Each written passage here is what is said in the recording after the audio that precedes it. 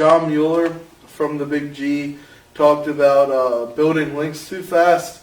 And just to paraphrase, he said, if a site has 0 links and would build like 200 links in a day or two, that isn't something Google would necessarily look at on its own as a negative quality factor. It would be more the types of links you're building at those high frequencies and the quality of those links. That would be the thing that would negatively affect you, rather than the frequency in and itself. What do you guys think? Interesting. Definitely. Yeah, I've never been a believer in link velocity at all. Because, I mean, we already know from like press releases that you can throw a lot of links at a site and Google can't just say, oh, that's bad, or something wrong is happening, right? But wait, so many of those are no followed. Oh, yeah. And the ones that aren't, Google knows anyways. Yeah. That's why that works. Yeah. If you guys don't get the inside no follow joke, you have to catch our reruns. They're good. We talk about some good content. But anyway, I'm sorry. You're right. Yeah. I mean, just understanding that Google can't just say when this happens that it's bad or it's wrong. Like, that's too black and white. You know, even if that's why back in the day, too, like, you could just build thousands of links with a software and it would rank your site. But Google couldn't just say, well, if you're building that many links, then we're not going to rank you. They had to start looking at the quality of the links, or what type of links they were. Were they anchor text? Were they branded? Were they contextual? Were they site-wide in the footer? You know, because you can get 5,000 links from a site in a footer overnight. Very true. And that doesn't hurt you normally. Yeah. So I love what you said in terms of the black and white. It's really tough to apply super general stuff like that to an entire algorithm that affects like tens and tens of trillions of index documents. I know we talked about this last week. I'm not going to go on a big tangent, surprisingly. Believe it or not, I'm not going to get too long-winded about it. Wait till I get at you. Go and check out like an intro to computer science course or something.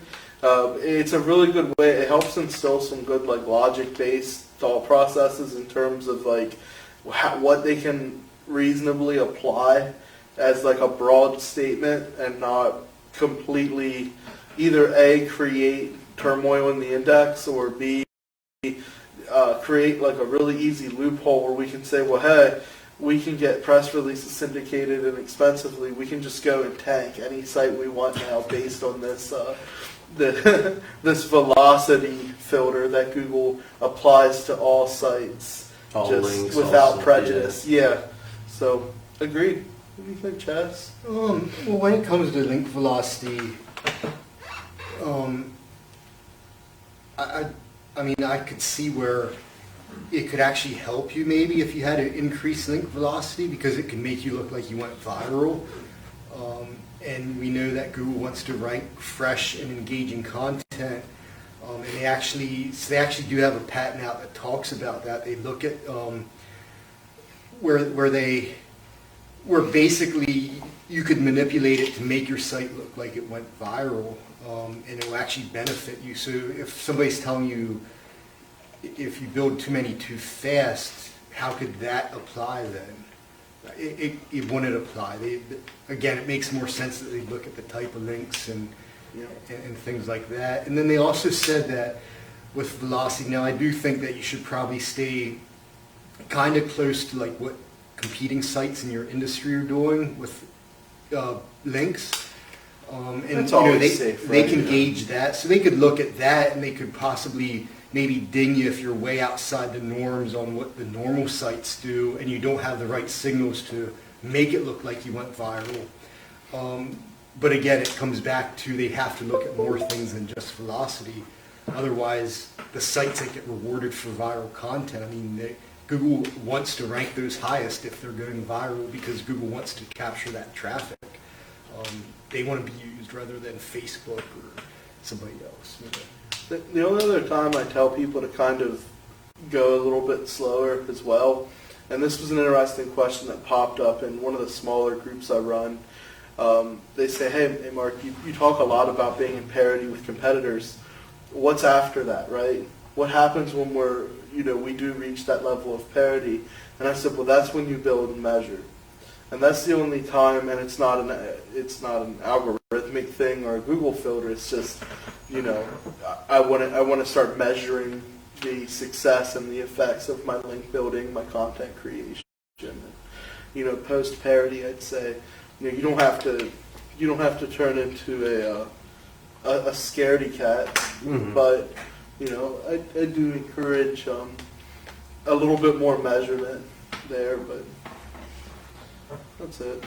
Yeah, I think it's too where a lot of the SEO theories about link building come in, like social signals or traffic on the site, because people will say, well, yeah, link velocity is not important, but Google's looking at social signals and they know that those links are real or whatever, which is interesting because that's one of the things we're actually talking about in a minute that Google had brought up.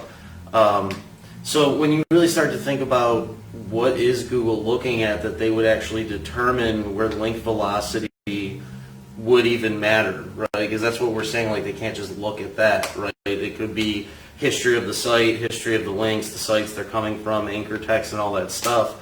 And that's why when Chaz said, look at the competition, right? That's probably always your safest bet if you aren't sure.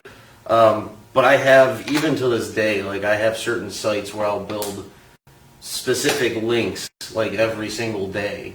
Or using like some of those nicer networks where they're not like PBNs, but they're almost like network guest posts. Sure. You can go pretty aggressive with those, especially if you're doing like branded and URL and stuff that really doesn't look like there's SEO being done. There's more like outreach, networking, audience building, that kind of stuff. So Yeah. just all types of things to consider.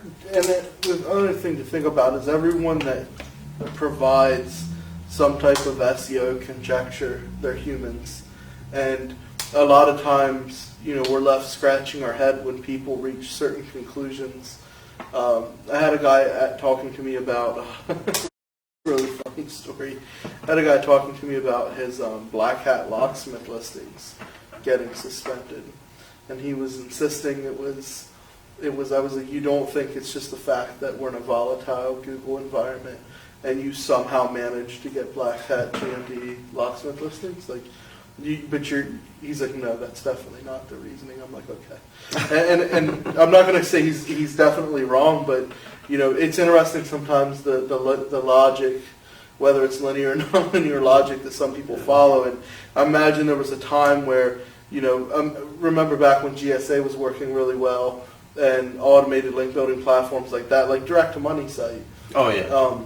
And then all of a sudden someone who, just your average Joe, was using vendors or had a little setup and was doing well, and then all of a sudden it doesn't do it well anymore. Mm-hmm. Like us, we'd say, hey, they're just not looking at that quality of link and giving it the same type of recognition that they were.